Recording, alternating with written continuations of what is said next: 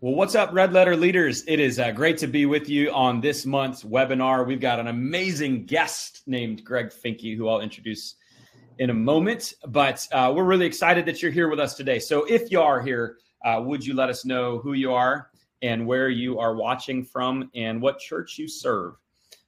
Who you are, where you're watching from, what city, and what church you serve. That would be awesome. I see some people already here today. All right, we got at least 30 here already, so they're pumping in. That's great. So let us know who you are. We're going to be talking discipleship today. It's certainly something that's on the top of my heart, and I know it is for our amazing leader today, Greg Finke, as well. Hey, so as you're coming in, not only let us know who you are, but there is a poll question that I would love for you to answer. So for those who are here, that's going to be on your right-hand side. You'll see a poll question. And here's the question. I want to know, do you have a disciple-making plan or strategy at your church right now? And there's 4 options. There's 2 yes options, 1 maybe and 1 no. The 2 yeses are, yeah, it's rock solid and everybody knows it. Or yes, but it's either out of date or not well known in the church. Then there's maybe. I feel like we do, but I'm not even sure how to describe it. And then there's no. Nothing's formalized, and we need to help to develop our own. So that poll question should be live. I see some people chatting in. All right. So let's say hey to Brian from York, Pennsylvania, and Good Shepherd. Hello, Allison Zender from Elkhorn, Nebraska. Mark Shockey, St. Peter's in Minnesota. David Benson from Springfield, Missouri. Chris Cahill. I love seeing you here, Chris, from Lodi, Ohio. Bob from North Carolina. Joshua from Illinois. Joy. Dwayne from Oklahoma. We got a lot of states represented. Brian from Florida. Julia Sinclair from Kirkland, Washington. David Lindsay. Okay, come on. It's going to take just all the time just to say hey to everybody. We're excited to have you. So again, let us know where you're watching from and go ahead and answer that poll question. Is the poll question working? I don't see any answers on it yet. So let me reset that poll. Start it over. So the poll question should be working right now. In a minute, I'm going to bring Greg Finke into the webinar, but I want to tell you real quickly about next month's webinar. I'm going to put the link in the chat. I'm having Bill Woolsey from 5-2 coming on, and we're going to talk church growth in 2024. How do you grow your church in 2024? Bill's the leader of 5-2, and we're going to look specifically at 4 cultural trends that Bill and his team have been paying a lot of attention to that growing and thriving churches are utilizing and thinking about. So that's going to be next month. So register for that. I believe it's June 20th, if my memory serves me correct. But at that link, you'll find all the details. All right, the poll question's working. People are answering it now, so that's good. So awesome. One more time to say hello and welcome to the Red Letter Leaders webinar for the month. We're going to get started.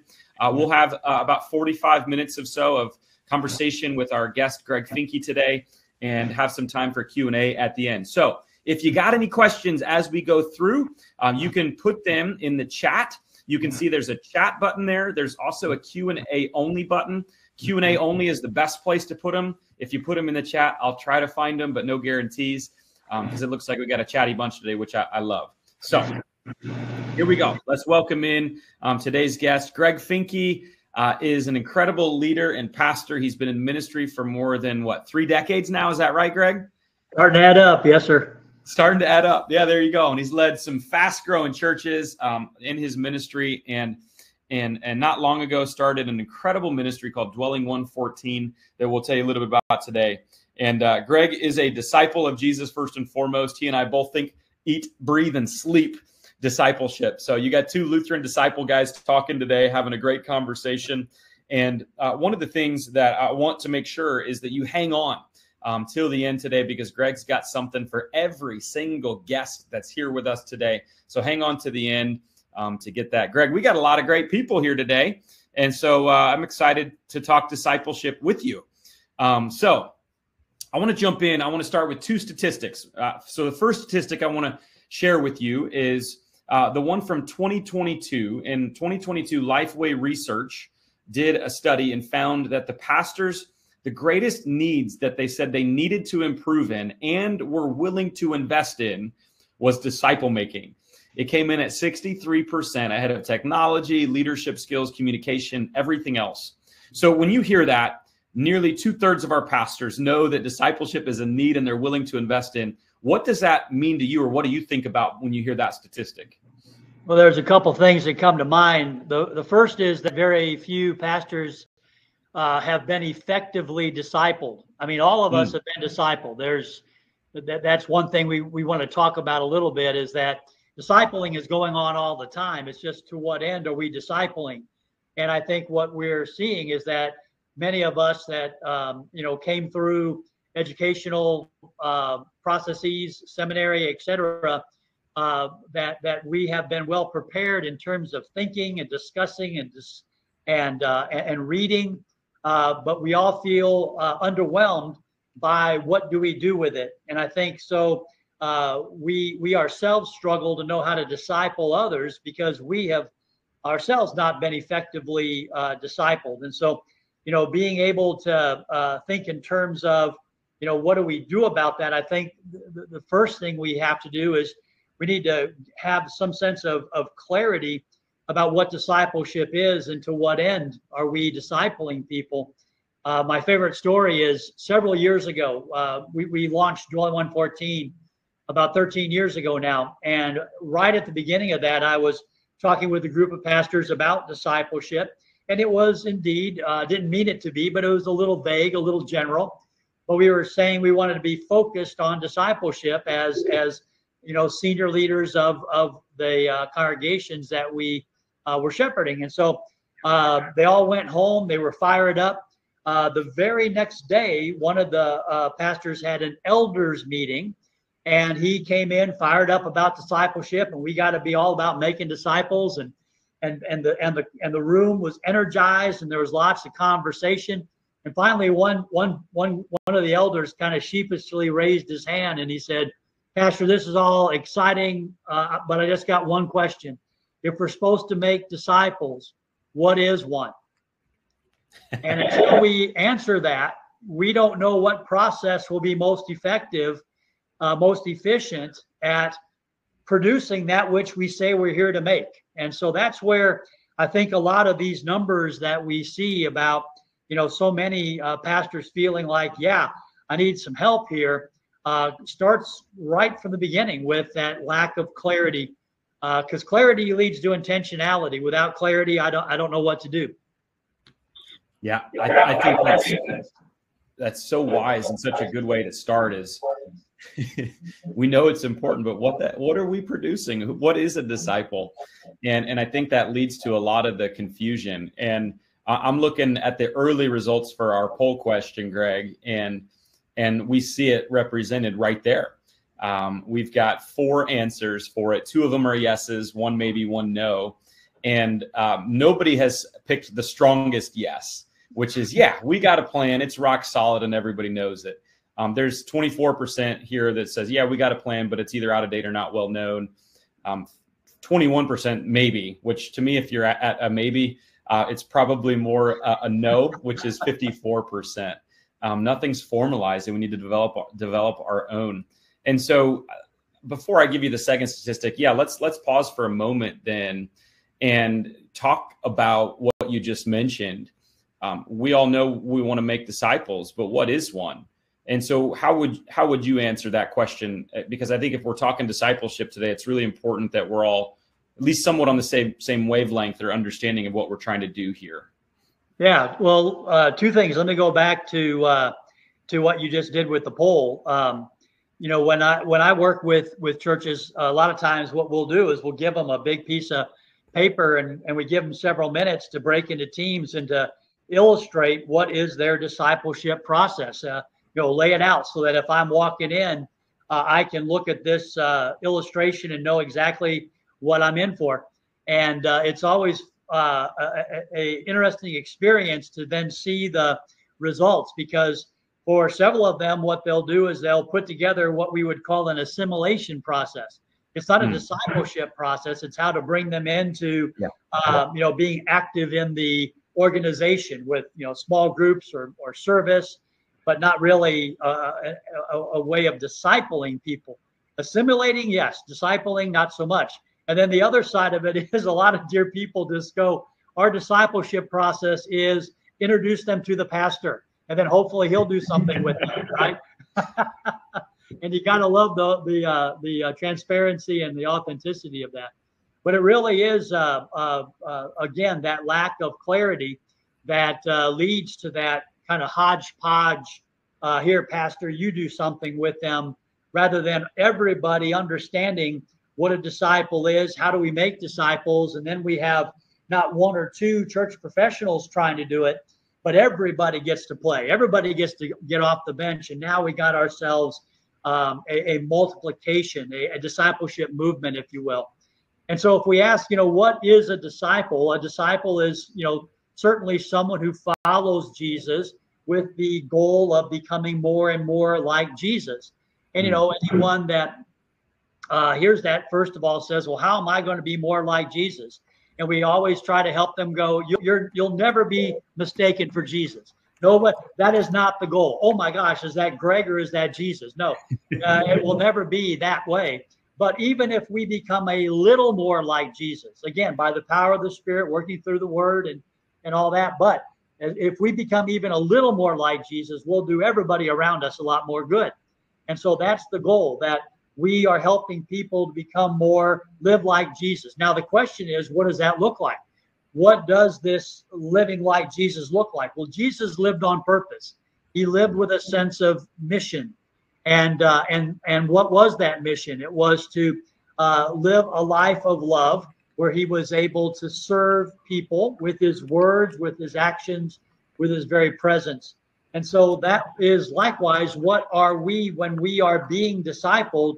We're being trained in an active lifestyle of loving people, and loving people in such a way that they know they're being loved by us. And so if you can imagine, every week we're sending out dozens of people, hundreds of people from our churches, our services, our programs, and they are actively on purpose, living with a sense of mission, to see who they can serve, love, and with their words, their actions, and their presence, you will see an immediate effect on the neighborhoods and the community.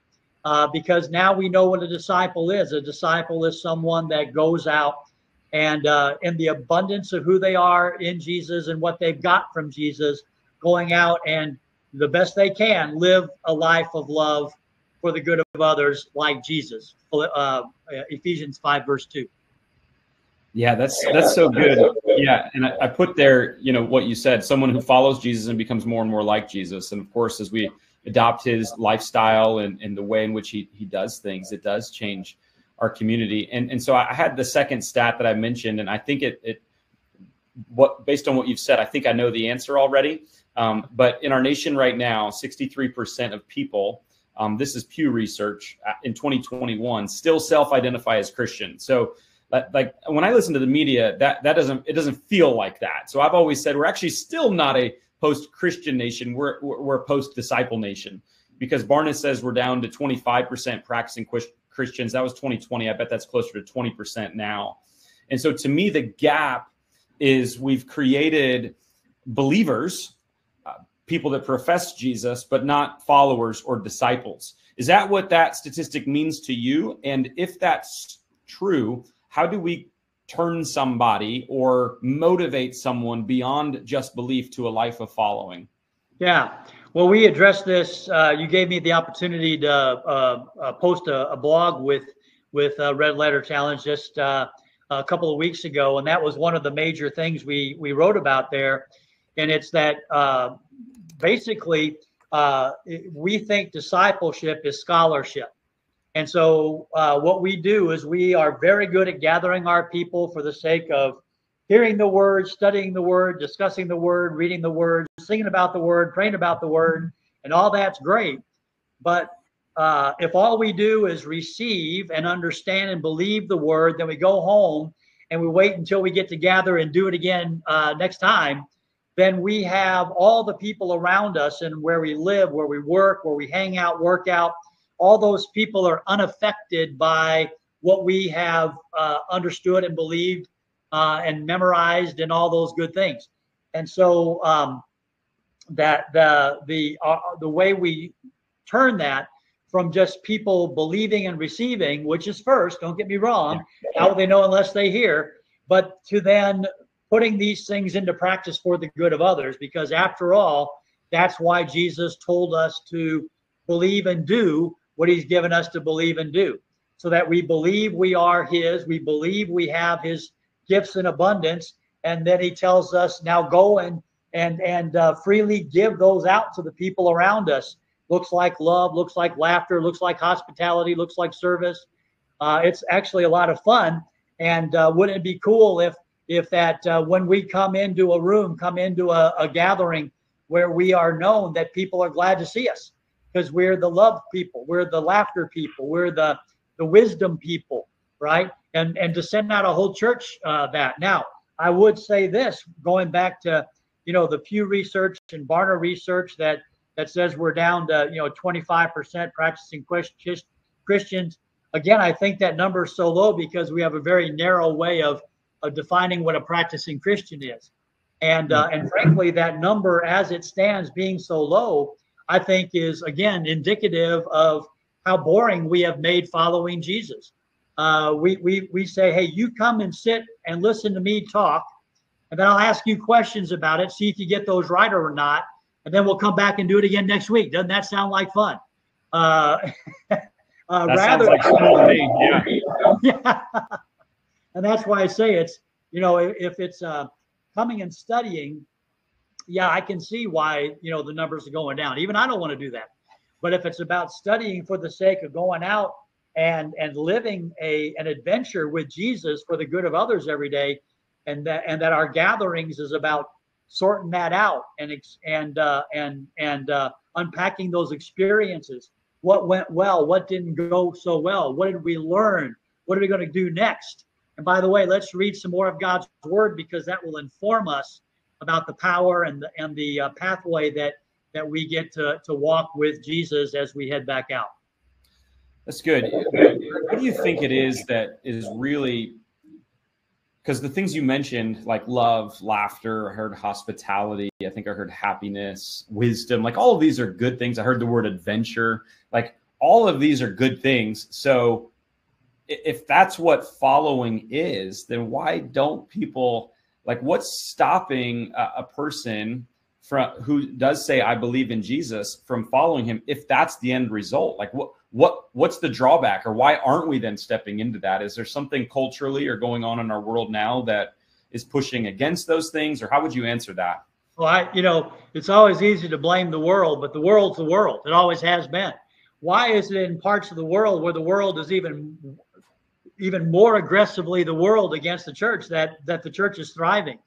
No, I think at some point we have to realize that we are perfectly calibrated for the results we're getting. And that the things that you are just enumerating, that I was enumerating before, about what do we now go do with this, it's not even on the radar. It doesn't even come up. At most we see it as kind of this bland, moralistic, try to be a nice person, try not to get in trouble until we get back together next time. Rather than understanding that when Jesus gives us an action verb, he wants us to take action. And it's not to keep a rule. It's not to prove or gain something from him. It's because we have an abundance of love and joy, peace, patience, goodness, kindness. We have an abundance of that. And as we take that and put it into action for the good of others, other lives are positively impacted. And if that doesn't even come up on our radar, right? So in our blog, we talked about, we come and we diligently study the scriptures. We understand the scriptures. We believe the scriptures. But then we close our Bibles, we close our workbook, and we see you next week. And that's the end of it. Rather than, okay, now that we have studied this, understood this, believed this, what's our plan for putting this into action next week? And then we go and we do our best to watch and recognize and put those things into play. And then we come back, and instead of studying new content right away, we talk about what happened last week as we put what Jesus told us into play for the good of others. What went well, what didn't go so well? What did we learn, right? So what were the boo-boos, misses, mistakes, bad attitudes that we had? So we learned from that. And then what's our plan for moving forward? And now we're creating, using the word again, but now embracing the experiences of daily life as the actual training. That's the actual training ground. That's the discipling ground that Jesus is taking us through. He did that in the Gospels, and he's still doing it today. We just didn't realize that was going on. Yeah, love so much of that. I think that's why we have such kindred spirits with one another, because it's there's nothing. If when we make discipleship all about scholarship, clearly that's wrong. There is a piece of discipleship that is scholarship, that's learning, that's information. But I think you and I are wired so similarly to not just teach or help people understand it, head knowledge, which is good, but living it out. And so I'm curious, in our Lutheran Church Missouri Synod that we're both a part of, and I know many of the listeners or viewers are a part of that denomination too, I think we do a really great job collectively of preaching justification by grace through faith. And we should keep doing that. But I think there's a real lack when it comes to preaching sanctification, which is, to me, the living it outside of it. Can you talk to that a little bit from your own experience of preaching in our denomination, and then what I know you see so many churches and what you do, and I do as well. Talk to me about the gap between justification and sanctification, and how we can wrestle with that, because I think we still need the justification piece, but gosh, it feels like there's a lot of room for improvement for sanctification. Yeah, well, and see, that's where it's just finishing up, right? There's not a gap theologically. Yeah. And either Luther, he was like, hey, there's that the loving your neighbor thing comes out of who we are and what we're about. And so, yeah, the way I like to make it clear and simple for people, again, I'm going in every week to a new group of people that, never heard from me before. And so we kind of got to gain clarity quickly and earn trust quickly, right? So we'll talk about, hey, we've got the how we are saved nailed, right? For 503 years, we have been nailing it on the how we are saved. But once you have focused for over 500 years on how we are saved by grace through faith, not by works, we get a little fuzzy on the why we're saved, right? And that's where Ephesians 2:8-9, right after verse 9, of course, is verse 10. It's all right there. We're saved by grace through faith. That's how. And now the why. We are God's workmanship. He did all that work of gracing us and faithing us and saving us for a purpose, that we be recreated in Christ Jesus. Can't be the same old Greg. It's got to be the Greg with Jesus in him now. But now that we are his workmanship created in Christ Jesus, now we are back in the game. We get to look for the good the Father prepared in advance for us to do each day. And that's the why we're saved. He wants us back in the game. He wants us to be the body of Christ, quite literally, not just the theological concept, but the material reality of me in Christ, Christ in me, going out and in that abundance, looking who needs a little cup of water of grace, a little help, a little laughter, an encouraging word, someone to sit down and walk through the good news of God with them. Many people haven't even heard of the good news of God, much less had somebody not in a hurry, not selling them on something, but just walking them through something. So all that to say, we got the how we're saved down. We got to keep that clear. That's why there was a Reformation 500 years ago. People screwed that up. But now we are in a time where we have forgotten that there even is a why beyond, like I jokingly say, so why are we saved? Now that we're saved, now what? Do we sit on the bench and run out the clock till we die and go to heaven? That sounds a little boring to me. No, it's much more exciting than that. We get to go out and with the abundance we have in Christ, look for people who need a little of it, and then start offering it to them where we live, work, go to school. That's cool.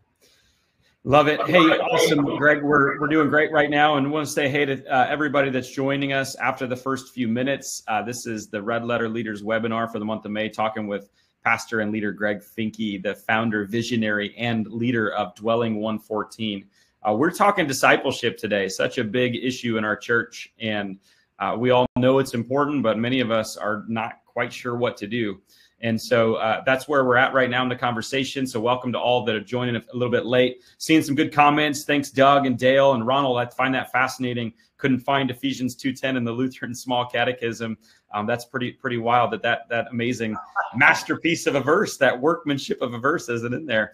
But thanks for that comment. And we'll try to get to some of these questions. If you do have some, throw them in the chat as we're going. We'll do a little Q&A at the end. Greg, so Dwelling 114, that's the organization you lead. So tell me a little bit about what you guys do. From what I understand, you come alongside of churches and you train them and equip them and really get some into the nitty gritty, right? When you're on site with these churches, especially. Yeah. Well, one of the things that we didn't talk about with discipleship that is so important and what we bring to the table as, Dwelling 114 is the modeling and mentoring. We need a model and a mentor. I can't just tell people you are God's workmanship, created in Christ Jesus, do the good that the Father prepared in advance for us to do. We need someone to show us how to do that.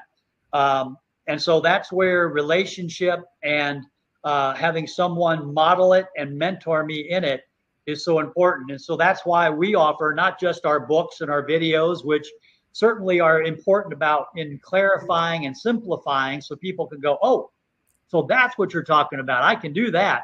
But then we come alongside the congregation, the leaders and the people for a season so that we are helping them to gain a clear, simple, personal plan for themselves and then collectively as a congregation and how to live a life of love, how to join Jesus on his mission in their daily lives, and then how the congregation, through the things they're already doing, can intentionally and consistently support their people as they're heading out for another week of adventures with Jesus in the local community. And so that's where we come in, and we have a weekend seminar so that people go away with their personal simple plan. We have already worked with the leaders so they know how to support this going forward as a congregation. And then we have monthly Zoom navigation. We call them navigation Zooms. As we then jump back on the Zoom together, and we talk about how's it going and help them to navigate the implementation of their personal plan and the congregational plan over the course of 6 months or so that they, and mostly what I'm doing is helping them to celebrate what needs to be celebrated, help them to disentangle some things that maybe they've gotten complicated in their head or they've gotten stuck in some way. And then last but not least, what's next? Now that we've learned what we've learned, what's our next steps as we head into another month? And by doing that, we are providing them a framework where modeling and mentoring one another now becomes the norm. And people go from inexperienced and frankly very scared rookies to people that now have experience, growing skill, growing confidence in joining Jesus in their daily lives. How much, Greg, does the personal plan and the church plan vary from, church to church? Is it like there's the same set of principles at each one and then a couple different variables, or how do you help a church like find out what's personal or what may be unique to them, or is it always kind of the same thing at each church?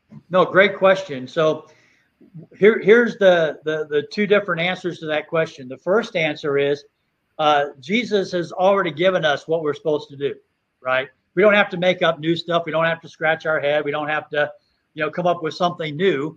Let's go ahead and just do what he actually gave us to do, what he showed us how to do in the gospel. So that's the first thing. And so that becomes pretty clear and simple because it is already established, right? The adventure, if you will, is how does this apply in the context that God has placed me, right? We talk about it in terms of vocation, right? God's placed me in this particular place at this particular time with this particular, these circles of people. And then being able to coach people and they're the expert in their own lives. So we help them think in terms of, seek the kingdom, love your neighbor, and spur each other on. All very simple biblical realities that we see playing out in a variety of ways in the Gospels as well as the epistles. And so we're living with awareness and anticipation of that God's already on the move out there. And now, what does that look like as I head to work, as I, have the family situation that I live in an urban setting versus a rural setting versus a suburban setting. That's where the real kind of customization happens in the application. So seeking the kingdom, love your neighbor. What does loving your neighbor look like, so that I'm getting to know my neighbor, spending unhurried time with my neighbor, so that there's a relationship where love can happen. Love looks differently in different contexts, right? But that's what we help them with.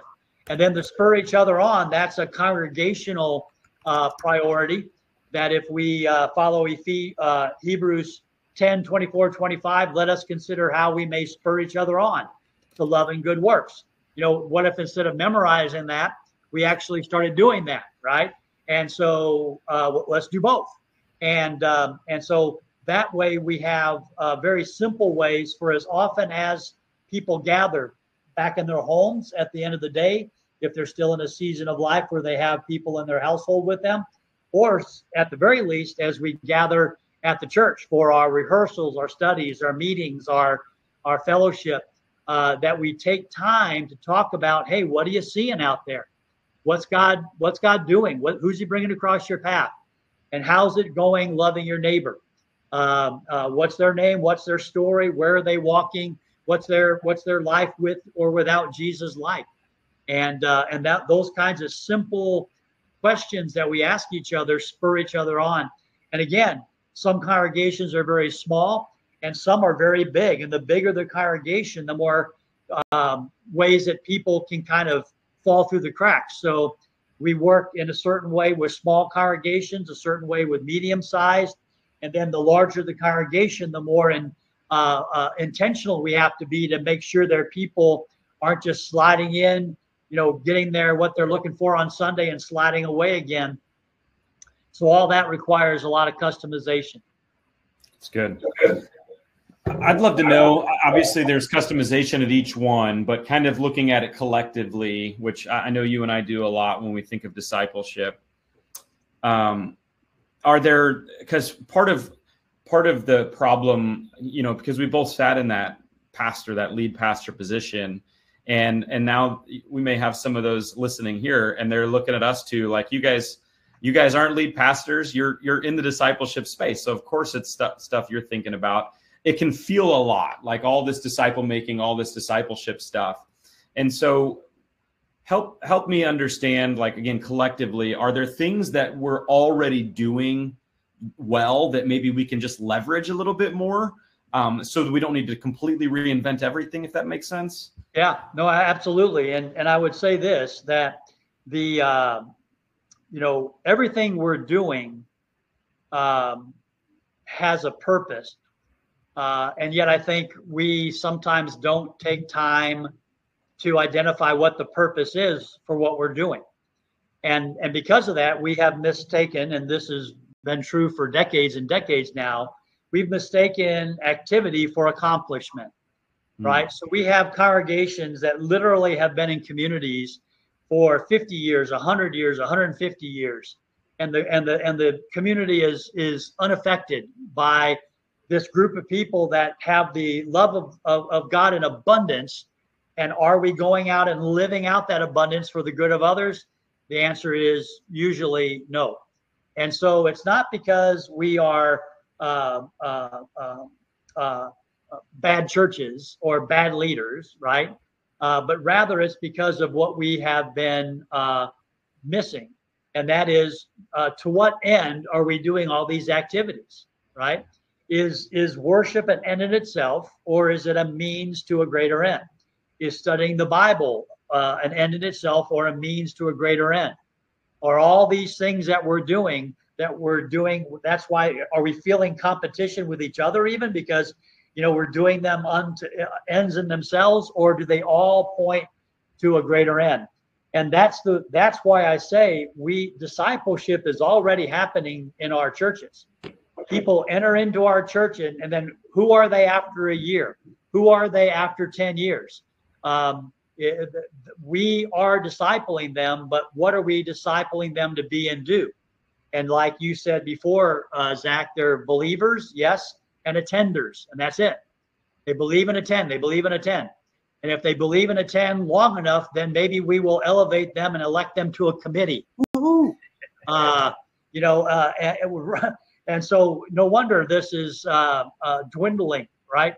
But if we're saying, hey, discipleship is the process that we're bringing our people through, and to what end do we want them? Do we want to, as the scriptures would indicate, and we see around the world today, that when I send out a disciple, someone who has been affected by all the activities and gatherings of our congregation, if I send them out, are they a catalyst for redemptive movements breaking out in their neighborhoods and in their workplaces? Because that's what we see in the Gospels. That's what we see today in other parts of the world, that they worship, they learn, they are mentored, they have these things modeled for them so that they get to also go out and live in such a way that love and redemption and restoration starts to break out in the lives of people that are with them on a regular basis. And that's when we then can go back and say, now, if our goal is we want our folks going out with a clear sense of who they are, what they've got, and what they're going out there to do, how can all the things we're doing lead them, fill them, remind them, increase their experience and skill for these purposes? And now that changes the outcomes for sure, but it also starts to affect the content of what we're doing. Now, what are we doing well? Oh my goodness, we're doing a great job of unpacking the word, understanding the word, and believing the word. What we have forgotten, though, is that once we have understood it and believed it, Jesus wants us to actually go put it into play. And so with some really simple shifts, our teaching the Bible can turn into discipling people in the Bible. And again, you can only do so much from the front with 100 people or 200 people. But even that, we can help begin the pivoting process. And then all of the groups that we've already got, what if all of them started to include, like we talked about before, the spurring each other on, the asking and sharing, asking the questions, sharing the stories of how's it going out there. And then what we ultimately like to see churches do is to start groups of their people gathering with that being the purpose, right? We don't have to rehearse for Sunday morning music. We can just gather and talk about how's life with Jesus going. How are these relationships with people struggling to live without what we have in abundance? How's that going? We call those, you can call them life groups, you can call them discipleship groups, you can call them missional communities, whatever you want to call them. But these are that's how we become very intentional about creating the environment where we can be talking through how living on purpose is going and what our next steps are. And that's when we start to see people that are worshiping together, studying together, but going out and impacting, affecting their community. And it won't take months and years; it'll take weeks. And that's what's really cool. The turnaround can be that quick. That's really good. And I think what I heard in that I think is interesting is I just think we have too what's the right word? Too little expectation for people that come to church and believe in Jesus. Because I think what I heard you say, and maybe the missing step that is kind of a light bulb moment for me with talking to you today, is just asking the question of, how's life going for you as a disciple, as a follower of Jesus? I think we don't ask that question, and we maybe assume people are doing life with Jesus, but maybe they're not. And how do we get in that rhythm of just asking that question more and more and more, no matter what our sermon series or what our small group or connect group or whatever you call them series is? Like, that ought to be an ongoing question of like just expecting somebody to have an answer to that. And I just don't think we do. Is that kind of what you see? Yeah, well, for sure. And so again, once we go out and say, here's what we're to do, now I've never done that before. So can somebody help me? Right? I need a model and a mentor. And I don't need someone that's been doing it for 30 years. You can, if you've been doing it 30 minutes longer than me, you can help me, right? And that's where we like to keep it clear and simple of the what are we doing. So we like we already said, what are we doing? We're going out with a sense of awareness and anticipation. And that's, when we start with people, it's like, well, what am I looking for when I'm looking, right? Jesus says, seek first the kingdom. What am I looking for when I'm looking? And I'm looking for those people that need a little bit of what I got, right? That's the good that God set up in advance to do. And once we help them know what they're looking for, and then provide that environment for them to come back and go, so this happened? Is that what we're talking about? All of a sudden, those vague, abstract ideas become simple, concrete things that they can do.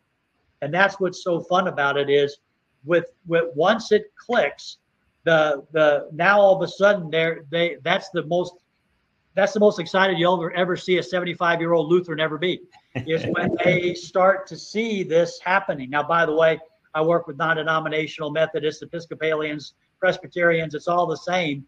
We think it's Lutheran. It's not. This is Christianity in America, right? And once they start to see what they have been, they've seen it, but they haven't recognized it before. Now they come back, and now they're like, oh my gosh, God's at work everywhere. Like, oh yeah, that's it. Now calm down, Tiger. Try doing one thing at a time. You're not gonna do everything, but who are those people that you're seeing on a regular basis? And that's when we move on then to the love your neighbor. What's their name? What's their story? And how can you start spending some unhurried time so that there's opportunity, like Jesus did in Luke 15, sitting with sinners, welcoming them, eating with them, so that the stories can start to percolate out. And that's once people are on that path, I'm letting you know now you're stewarding a movement as a pastor. You're not trying to push them out the door. They're eager to go because they now are seeing what they're seeing, and their experiences are building up, that they realize, good gracious, what Jesus is talking about is actually happening in Omaha, Nebraska. It's definitely happening here in Omaha. Hey, Greg, so we've talked a lot on high level stuff when it comes to discipleship, some obstacles, some problems, a few things that we might be able to do in each of our churches. By the way, if you have questions, now would be a great time to throw them in the chat or in the Q&A part in the chat. We'll have time for a few questions here in just a few moments, but I'd love to hear from you. Like, you've worked with hundreds of churches to help them get started and really get going, not just get started, but kind of a lifelong plan for their church for how to make disciples. And so rather than, concepts and principles, I'd love for you to maybe just share a success story or two that you can think of like a church that's getting it right and what they've seen, what results they've seen from it. Because we can talk discipleship all day long, but as pastors and church leaders, we also want our churches to grow, and we want to make a big difference in our communities through our churches. And so I'd love to hear, from you, just a couple of stories of Dwelling 114 and how you've seen God do great things. Yeah, well, thank you for the opportunity. And the reality is when we make disciples, churches start to grow. If you skip making disciples and you're simply trying to make your church grow, and then you're going to have the result that about 95% of American churches are having right now, which is they're plateaued or declining.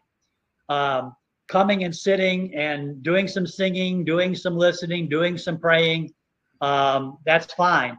But if you look at the churches that are on fire and growing, it's because they have been discipled to live with Jesus and make a difference in small ways, but in a intentional and consistent way. Those small ways start to add up. And so what we say is, we're not doing this so that you'll grow. We're doing this because this is what Jesus tells us to do. And by the way, don't be surprised at all when you start to grow, because that's what happens when lives have been impacted positively and redemptively. A story of a church we were just with about 6 months ago.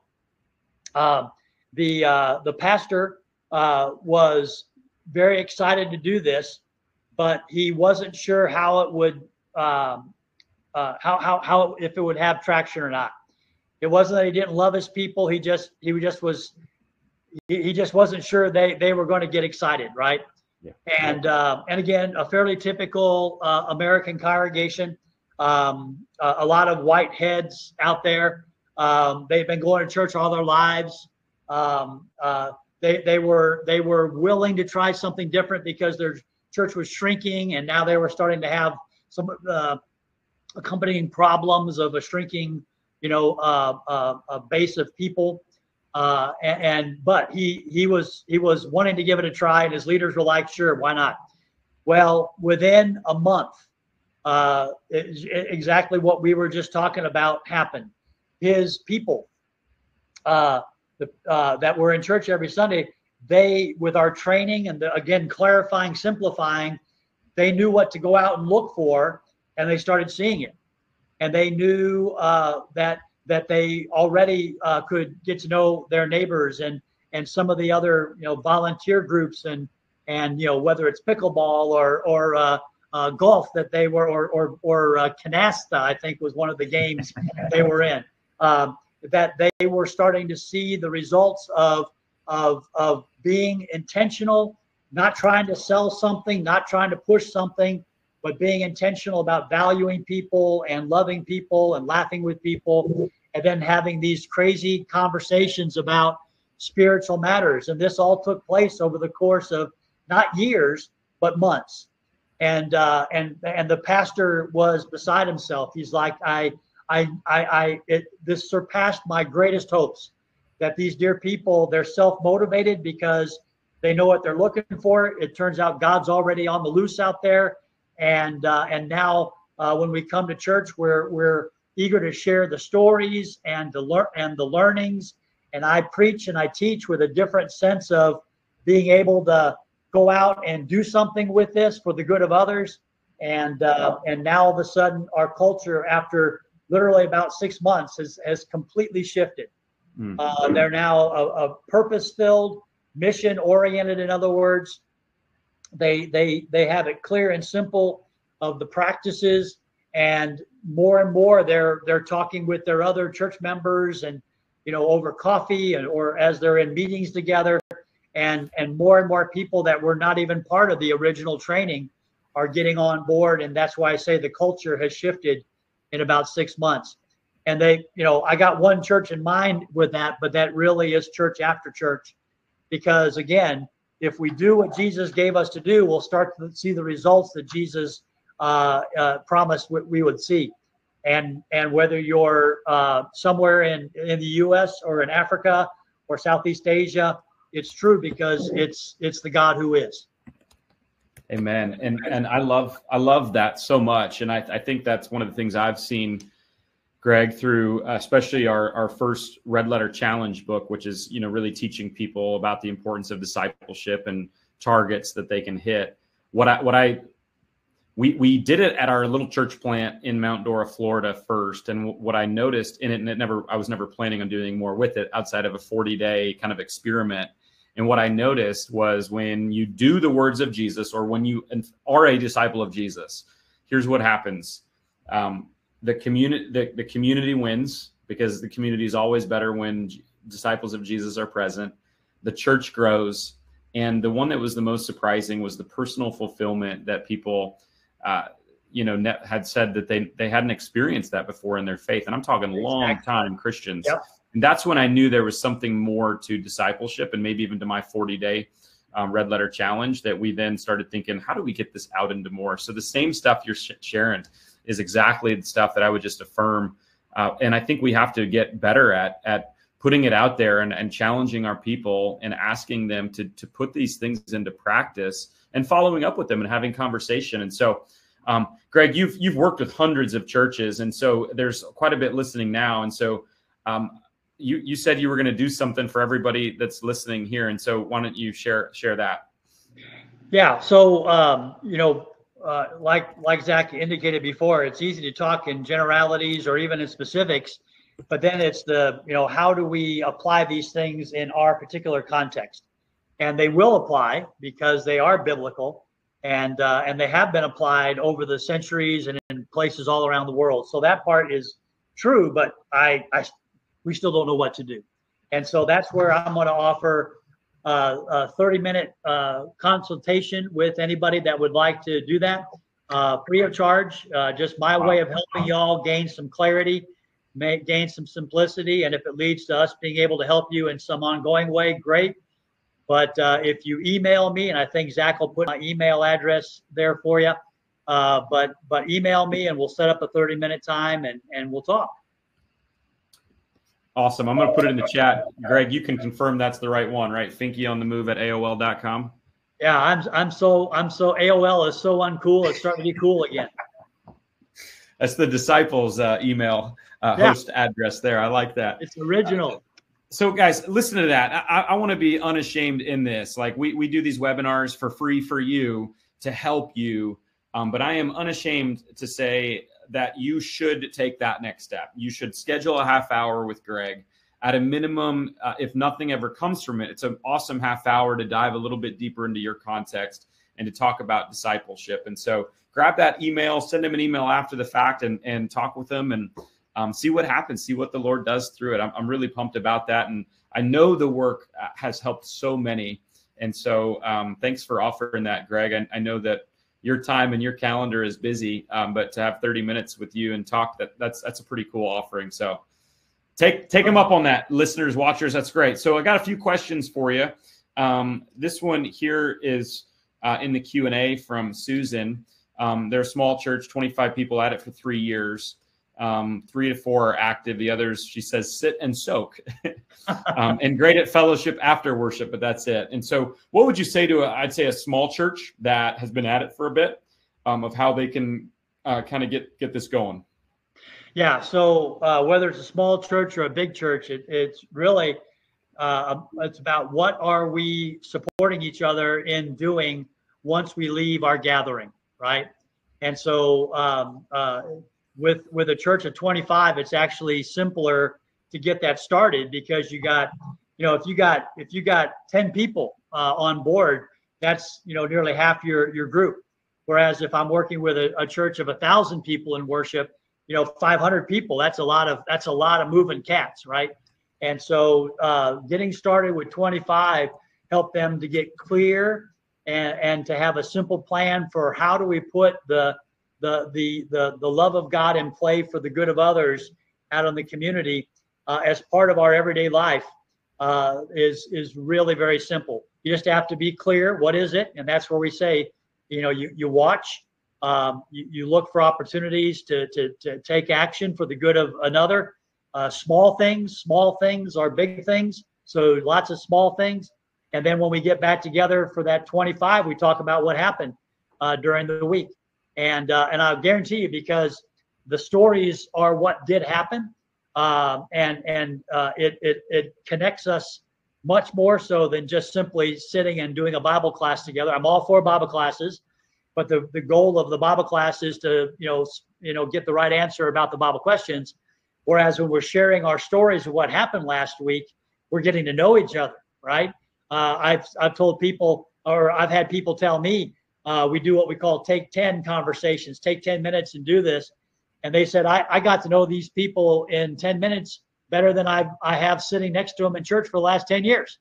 And that's just because we're sharing stories finally. Cool. So good. There's quite a bit of chatter on the side there about Ephesians 2:10 in the small catechism. Some people do say it's in there. Y'all can look it up and figure that out yourself. I'm not. All right, Doug says, hey, we don't have a formal small group system at our church. What kind of mechanism can we use to get people into sharpening, helping, sharing kind of relationships? What would you coach Doug on that if they're looking to get more into that relational side of groups? Yeah. huge part of what we do when we come alongside churches is we help them get started with mission, the living a life of mission as an everyday missionary. And then we work with them to set up a ongoing strategy for connecting their people in friendship and relationship with each other, for the sustaining and multiplying of this throughout the congregation. And yeah, the groups are smaller because that is how you get to know each other better. The way we would advocate it, and not everybody follows our advice, right? That's the downside of being a consultant.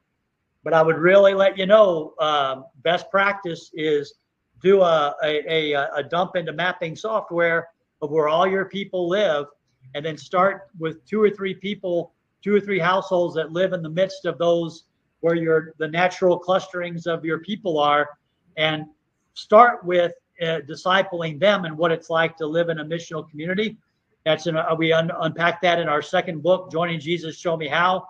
And then when they have been doing a missional community with each other for, let's say, 6-8 weeks, then they can replicate that with the people that are living, their fellow church members or participants that live nearby them, and start inviting them into that. I can give you lots of reasons of why that's a best practice, but that's a great way to make sure that no one gets left out. People that don't want to participate don't have to, but relationally reaching out with people that already live in the same vicinity is very powerful, and it works. And I'm almost glad to hear you don't have small groups to begin with, because the hardest thing in the world is retooling groups that already exist. And what we usually do is we give them a kiss on the head and bless them. You keep doing what you signed up to do. But the new groups, we tend to do it this way so that they are mission oriented, discipleship centered, and support them as they are learning how to live a life of love, following Jesus. So good. All right, church leaders, you've been listening for almost an hour, and here's my challenge to you. As we started with the opener, 63% of pastors and church leaders know that they need and are willing to invest in disciple making. I really believe that this is something we can't put off any longer. And so again, I have a bias, but I want you to get involved with Greg Finke and Dwelling 114. The answer cannot just be, we're going to continue to stay confused on this. You are busy doing your everyday church stuff. Bring someone in like a Greg that can really jumpstart and kickstart your ministry. So grab that 30 minutes with him. I also want to offer something alongside of it too, because I'm a discipleship guy too. And so we want to offer, I'm going to put a link to a Google form in there on the Red Letter side. If you've not done Red Letter Challenge or one of our 40-day challenges, I am really seeing this fall being the perfect time to do a 40-day challenge, because it is going to be, I think, the most politically divisive and charged season of our lives. And the best thing you can do is focus on Jesus in the center of that. And so that form there, that's a real quick 2-minute custom form. And what we're going to do this week only is we're going to give you prices that beat anything on our website. Allison and I are actually doing a brand new project called Red Letter Advent. And so we need some immediate capital. And so we're hoping it can be a win-win. If you know or want to do something this fall, we'd love to do the 40-day. And so you've got discipleship options. You've got the 40-day option with me. And then I would say on top of that, go with Greg for the long-standing, let's figure out what this looks like at our church to really make disciples. So we've got some really awesome things for you there. I hope you take advantage of those things. Greg, one last question from Julie Farrow. We've got 1 minute on it. So I don't know if you can answer in a minute. We'll see. We have a pantry on Fridays, she said, that our neighbors really like, but how do we transition to spiritual discussions instead of just polite conversations? Anything you'd offer for Julie there? Yeah, you got to know the people as people. What's their name? What's their story? What's their experience with living in the grace of God or not? And if you can really focus on the people that are coming and returning, and even if they're not returning, focus on them while you got them, but show that you value them and their story, and you'll be in great position to be able to join with what Jesus is doing there. Amen. Awesome, Greg. Hey, thanks so much. You helped a lot of people today, and you just continue to help a lot of churches. And so I appreciate what you do. I know what it's like to be in ministry and then jump into your own thing to really help spur on discipleship, because that's my life too. And so thank you for the sacrifice and the just commitment and loyalty to this. It is not in vain, and our Lord is looking down on you and smiling upon you, my man. So appreciate it. Hope that a lot of these leaders connect with you.